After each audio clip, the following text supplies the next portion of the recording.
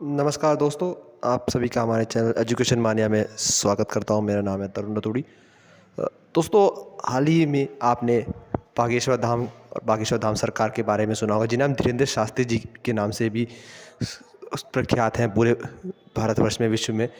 तो आखिर इनके पीछे की कहानी क्या है, उसके बारे में हम डिस्कस करने वाले हैं। और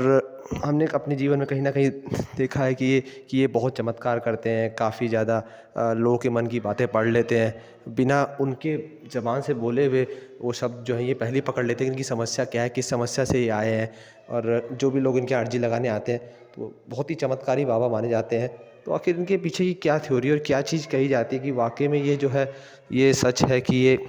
इतना ज़्यादा वाक़ई में चमत्कार कर लेते हैं, या फिर इनके पास कोई ऐसी सिद्धियाँ प्राप्त है या कोई शक्ति जो है इन्होंने प्राप्त की है, जिससे कि ये बिना मन की बात बिना किसी के जाने ही उसकी समस्या को मन से ही उनकी समस्या को पढ़ लेते हैं और समाधान भी निकाल देते हैं वहीं पर हाथों हाथ। तो जैसा कि आपने दोस्तों, आपको पता ही है कि हमारे जो धार्मिक संस्कार, हमारे संस्कारों में, हमारे हिंदुत्व संस्कारों में आपने देखा होगा कि जो लोग कभी अपने भूत प्रेत,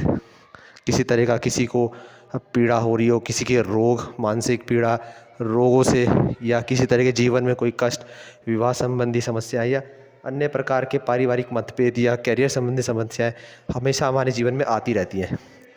तो कहीं न कहीं जब हम इन समस्याओं से जूझते हैं, तो कहीं न कहीं हम जो है किसी साधु बाबाओं के पास जो है अपने अब इस समस्या को सुलझाने के लिए कभी ना कभी अपनी अर्जी लेके जाते हैं। तो कहीं न कहीं हमने ऐसे बहुत से केसेस सुने हैं कि बहुत से लोगों ने सबके कोई ना कोई मानने वाले रहते हैं, जो कि जिनके सामने वो अपनी अर्जी लेके जाते हैं। तो काफ़ी लोगों में इनमें काफ़ी सारे विचार रहते हैं, बहुत से लोग इन चीज़ों को मानते हैं, बहुत से लोग इन आडंबरों पर विश्वास नहीं करते और सोचते हैं कि शायद ढकोसला है ये है। लेकिन बहुत से लोगों के अपने एक धार्मिक विचार हैं, जिस पर वो एक तरह से नियमित रहते हैं, उस पर उसको फॉलो करते हैं, और वाकई में उनमें वो चीज़, एक आस्था रहती है कि अपने अपने इष्ट देवता के प्रति, अपने अपने कुल गुरु के प्रति वो आस्था रहती है। तो ऐसी ही बागेश्वर धाम सरकार जो है, इनके भी काफ़ी फॉलोवर्स हमने जो है उनके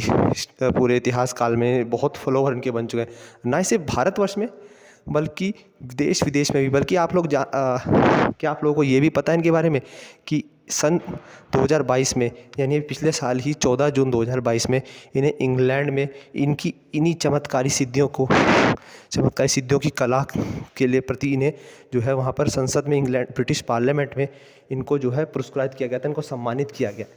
ये ऐसे भारत के हिंदू पहले स्पिरिचुअल गुरु बने हैं जिन्हें इंग्लैंड की संसद में सम्मानित किया गया है। ग्रेट ब्रिटेन की संसद पे इन्हें सम्मानित भी किया जा चुका है। इनके जीवन शैली की अगर हम बात करें, बचपन में तो कहा जाता था कि ये घड़े बेचकर जो था अपनी शिक्षा के लिए पैसे जुटाते थे। उनकी माँ जो थी बहुत ही गरीब थी, और काफ़ी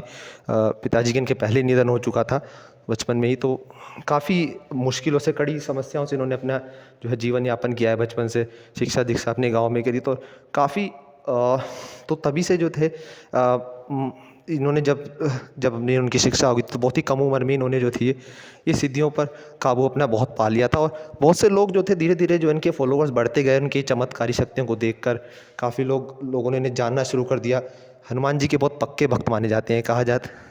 ऐसा कहते हैं कि ये हमेशा जो है जब भी इनके यहाँ अर्जी लगाते हैं लोग, तो पहले हनुमान जी के दर्शन जरूर करें, और वो खुद सबसे पहले हनुमान जी पूजा करते हैं, तभी जाके अर्जी लगाते हैं। बहुत से लोग कहते हैं कि शायद पीछे से पर्ची निकाल के जो है, ऐसा कुछ इनके पास होता है कि जो इनके यहाँ लोग आते हैं, मतलब जो इनके यहाँ पर अर्जी लगाने आते हैं लोग, उनको अपनी समस्या लेके आते हैं, तो पहले से ये पर्ची में लिख के उनको कोई पोटली बांध के दे देते हैं। लेकिन इस पर भी काफ़ी ज़्यादा स्टडी की गई थी, तो काफ़ी ज़्यादा इस पर छानबीन हुई, तो ऐसा कुछ अभी तक हालिया में पाया नहीं गया है कि ऐसा कुछ नहीं है कि लोगों ने पहले से समस्या बता दी, और ये लोगों के सामने ढकोसला करने के लिए, झूठा आडंबर दिखाने के लिए जो है, ये अपना लोगों को बेवकूफ़ बनाने के लिए अपनी मर्ज़ी से ये बोल देते हैं कि भाई हाँ, ये हमारे कि आपकी समस्या है। लेकिन लोगों ने ये खुद माना है कि ये जो है इंसान के बगैर बोले, ये उसके मन से उसकी समस्या पढ़ लेते हैं। अब जब इनके खुद ये पूछा गया इनसे कि ये ऐसे कैसे आप जो है समस्या को लोगों की पढ़ लेते हैं, तो ये खुद ऐसा कहते हैं कि मैं नहीं हूँ जो चमत्कार करता हूँ, और ना ही वो किसी को इस चीज़ के लिए उत्साहित कर रहे हैं कि हिंदुत्व धर्म में ऐसे तरह का कोई ढकोसला आडंबर करने के लिए वो किसी को उस प्रोत्साहित भी नहीं कर रहे हैं। वो कहते नहीं है कि ये ना ही हिंदुत्व में और ना ही मैं ऐसे ही कोई भी जो सच्चा सनातनी साधु या साधु संत है वो कभी भी इस चीज़ को नहीं करेगा, झूठे आडंबर दिखाने के वादे नहीं करेगा। उनका मानना है कि ये जो है इन्हें हनुमान जी से ही जो है इन्हें एक कुछ चमत्कारिक शक्तियाँ जो है इन्हें प्राप्त होती हैं। हमेशा जो है हनुमान जी का ये अध्ययन करते हैं तब जाके लोगों की समस्या सुलझाने बैठते हैं। और ऐसा कहा जाता है कि ऐसा ये कहते हैं कि इनके सपने में हनुमान जी आते हैं तो उनकी जो भक्तों की समस्या है वो पहले ही बता देते हैं और उसका सलूशन भी वो उन्हें सपने में बता देते हैं। तो ऐसा होता है। देखिए, आप जो लोग जो है भगवान में विश्वास रखते हैं तो वो लोग इस चीज़ को समझेंगे। जिनका भगवान में विश्वास कम होगा वो शायद इन चीज़ों को जो है थोड़ा सा प्रैक्टिकली नहीं लेगा और उसको थोड़ा सा आप इसको कह सकते हैं एक फैक्चुअल फिक्चर्स वर्ल्ड की तरह एक हो इसको समझेगा। लेकिन जो लोग इस पर विश्वास रखते हैं वो काफ़ी हद तक जो है बागेश्वर धाम के इस चमत्कार से काफ़ी प्रभावित और लाखों में संख्या जो है बहुत बढ़ती जा रही है। अभी रिसेंटली इनका महायज्ञ जो है वो इन्होंने जो है जिसमें 121 निर्धन कन्याओं का जो है ये सामूहिक विवाह कराने वाले हैं, जो 13 फरवरी से 27 फरवरी तक इनका जो है बागेश्वर में जो है ये विश्व पूरे भारतवर्ष से कहीं भी जो है व्यक्ति जो है इनके धाम में जाके बागेश्वर सरकार के यहाँ अर्जी लगा सकता है, अपनी समस्या लेके जा सकता है। और डेली लाखों में श्रद्धालु आते हैं बगैर किसी टिकट के, बगैर किसी अपॉइंटमेंट के, जो है जितनी मर्जी चाहे लोग इस यज्ञ का हिस्सा बनते हैं। तो ये महायज्ञ जो आपने देखा होगा इनसे रिलेटेड, जिसमें ये हिंदू राष्ट्र बनाने का भी एक संकल्प लेके बैठे हैं इस महायज्ञ में। और काफ़ी हद तक उन्होंने बताया कि इस यज्ञ कराने का जो मकसद है कि इसमें जो है जो गरीब निर्धन कन्याएं हैं इनका विवाह करा, जो कि उन्होंने जो है पूरे इनके, क्योंकि जगह जगह इनके कैंप्स लगे रहते थे नागपुर में, ग्वालियर में, बम्बई में,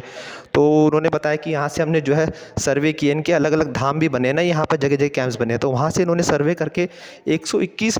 ऐसी निर्धन कन्याओं को लिया जिनको, जो कि निर्धन है या फिर जो विकलांग है, किसी ना किसी तरह से वो विकलांग है, मतलब फिजिकली हैंडीकैप्ड हैं। तो ऐसी 121 निर्धन कन्याओं का ये विवाह करा रहे हैं, जहाँ पर ये बागेश्वर में इस महायज्ञ के दौरान, ये 14 दिनों के कार्यक्रम के दौरान ये विवाह कार्यक्रम भी चलेगा सामूहिक। साथ ही साथ ये वहाँ पर लोगों की अर्जियाँ भी लेते हैं और काफ़ी लोगों में बड़े प्रचलित हुए हैं बहुत कम समय में। काफ़ी लोगों ने इन पर ये टिप्पणी भी की है कि ये जो है लोगों के साथ, इनकी भावना के साथ खिलवाड़ करते हैं। लेकिन ये अभी तक जो है इन्होंने ये साइंटिफिकली इस पर बात काफ़ी चल रही है। लेकिन स्पिरिचुअली देखा जाए, अगर आप धार्मिक रूप से हिंदुज़म में कहते हैं कि जैसे हर किसी के मानने वाले एक संत बाबा होते हैं, तो इनके भी फॉलोवर जो है ये चीज़ काफ़ी हद तक वो प्रैक्टिकली उस चीज़ को मानते हैं कि